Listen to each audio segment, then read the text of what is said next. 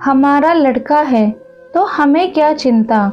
Office से वापस आते ही रवि सीधे बेटे रोहन के कमरे में चले गए और गुस्से में चिल्लाए, यहाँ आकर अपने लाडले की करतूत सुन लो।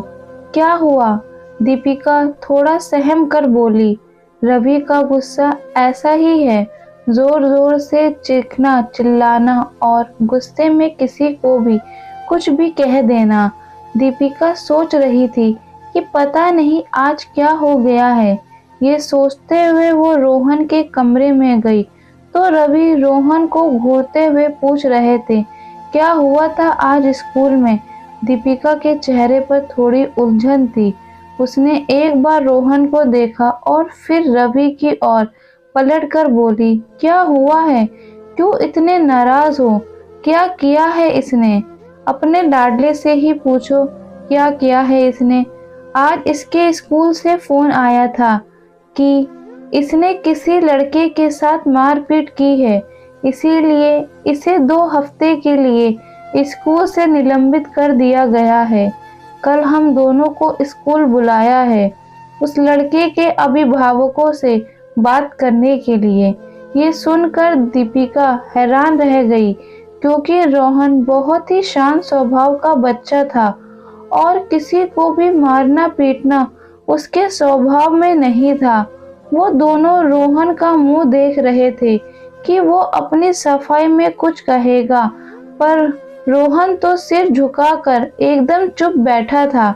रवि का पारा फिर चढ़ने लगा और वो दीपिका की ओर देखकर बोले, तुम ही पूछो इससे क्या हुआ है, मुझे तो कोई कुछ बताएगा नहीं, दुश्मन हूं ना मैं इसका।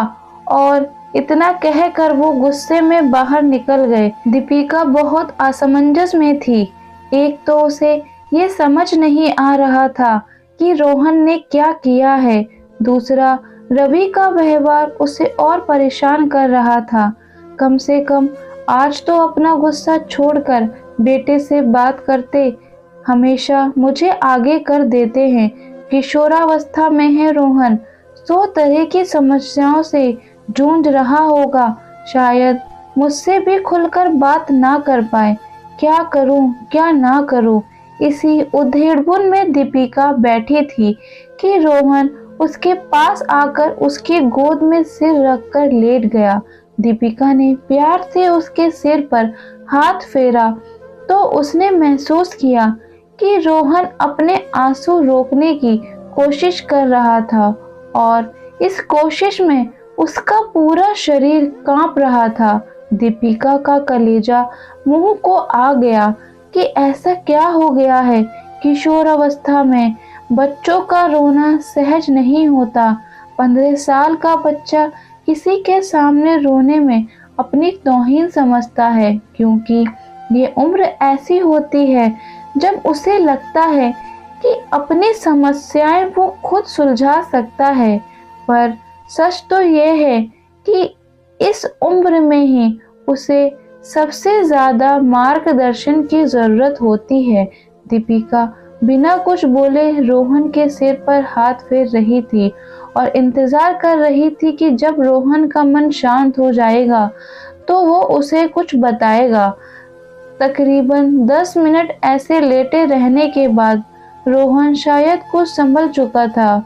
उठकर बैठने के बाद उसने दीपिका की ओर देखा और बहुत धीमी और दृढ़ आवाज में बोला कि मम्मा, आज जो कुछ भी हुआ है उसके लिए स्कूल में मुझे जो भी सजा मिलेगी मुझे मंजूर है, क्योंकि आपने ही सिखाया है कि गलत काम होता देख कर चुप रहने वाला भी उतना ही दोषी होता है जितना गलत काम करने वाला। ये कहकर उसने एकदम नपे तुले शब्दों में दीपिका को बताया कि आज स्कूल में स्पोर्ट्स पीरियड खत्म होने पर मेरी दोस्त आकांक्षा कपड़े बदलने आई तो सुदीप ने, जो कि पहले भी आकांक्षा को परेशान करता रहता है, खिड़की के झरोखे से उसकी वीडियो बनाने की कोशिश की। मैंने और मेरे दोस्तों ने उसे पकड़ लिया और उसका फ़ोन छीनकर हमने वो वीडियो डिलीट कर दी। इसी छीना झपटी में सुदीप के चोट लग गई।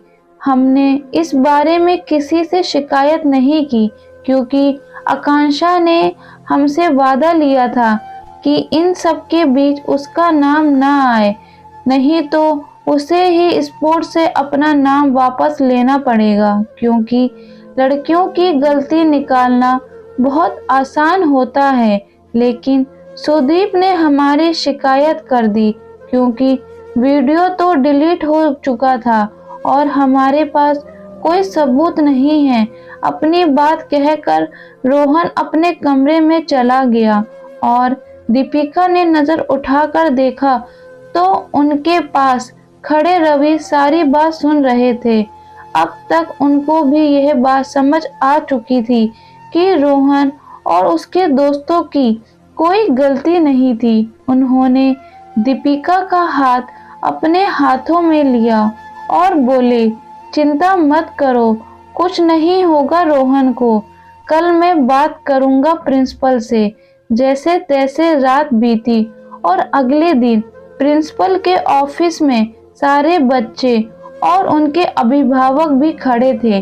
दीपिका ये देखकर हैरान थी कि सुदीप के माँ बाप की त्योरियां ऐसे चढ़ी हुई थी मानो रोहन और उसके दोस्तों ने पता नहीं कितना बड़ा जुर्म कर दिया हो। उन्हें ये एहसास ही नहीं था कि उनका बेटा कितने गलत रास्ते पर जा रहा है। सबके आ जाने के बाद जब प्रिंसिपल ने बात करनी शुरू की तो रवि ने उनसे इजाजत लेकर सुदीप का फोन मांगा। पहले तो सुदीप ने यही झूठ बोल दिया कि वो स्कूल में फोन लेकर नहीं आता, पर उसके बैग की तलाशी में फोन उसके पास निकला। रवि ने फोटो गैलरी में रिसाइकिल बिन पर क्लिक किया तो डिलीटेड वीडियो मिल गया। शायद हड़बड़ी में किसी को याद नहीं रहा था कि बिन में डिलीटेड वीडियो होगा। रवि ने बिना कुछ कहे वीडियो प्रिंसिपल के सामने कर दिया। इसके बाद कुछ भी कहने सुनने की जरूरत नहीं पड़ी।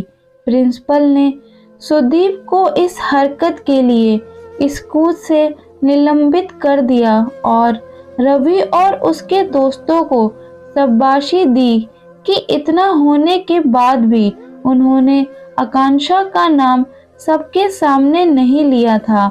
उन्होंने रवि और दीपिका को कहा कि आप लोगों ने अपने बच्चों को लड़कियों की इज्जत करना और गलत काम का विरोध करना सिखाया है। इसके लिए आप सब बधाई के पात्र हैं। ये सुनकर रोहन और उसके दोस्तों के माँ बाप के चेहरों पर गर्व भरी मुस्कान आ गई और सुदीप के माता पिता ने अपना चेहरा छुपा लिया। यह देखकर दीपिका उनके पास आई और उनसे बोली कि सब माँ बाप अपने बच्चों को अच्छे संस्कार ही देना चाहते हैं, पर आजकल का माहौल ऐसा है कि बच्चों के बिगड़ने में वक्त नहीं लगता, इसलिए हमें ही उनकी गतिविधियों पर ध्यान देना होगा। हमारे समाज में ये एक आम सोच है कि अगर हमारा लड़का है तो हमें क्या चिंता, जबकि लड़कों के माँ बाप होने की वजह से हमारी जिम्मेदारी और भी बढ़ जाती है। ये हमारा काम है कि हम उन्हें बताएं कि लड़की चाहे हमारे परिवार में हो या बाहर, उसकी इज्जत करना उनकी अपनी परवरिश को दर्शाता है। ये बताता है कि हमने अपने बच्चों को क्या सिखाया है। मैं और आप दोनों बेटों वाली माएँ हैं और हमारी जिम्मेदारी ज़्यादा है। आज हम छोटी उम्र से ही उनको ये सीख देंगे तो शायद आने वाले सालों में कोई निर्भया या कोई प्रियंका फिर बेमौत नहीं मरेगी। आशा करती हूँ कि ये छोटी सी कहानी आपको पसंद आई होगी। कहानी पसंद आई हो लाइक, सब्सक्राइब और शेयर करें और इस कहानी में आपकी क्या राय है, कमेंट करके ज़रूर बताएं। कहानी को पूरा सुनने के लिए बहुत बहुत धन्यवाद आपका।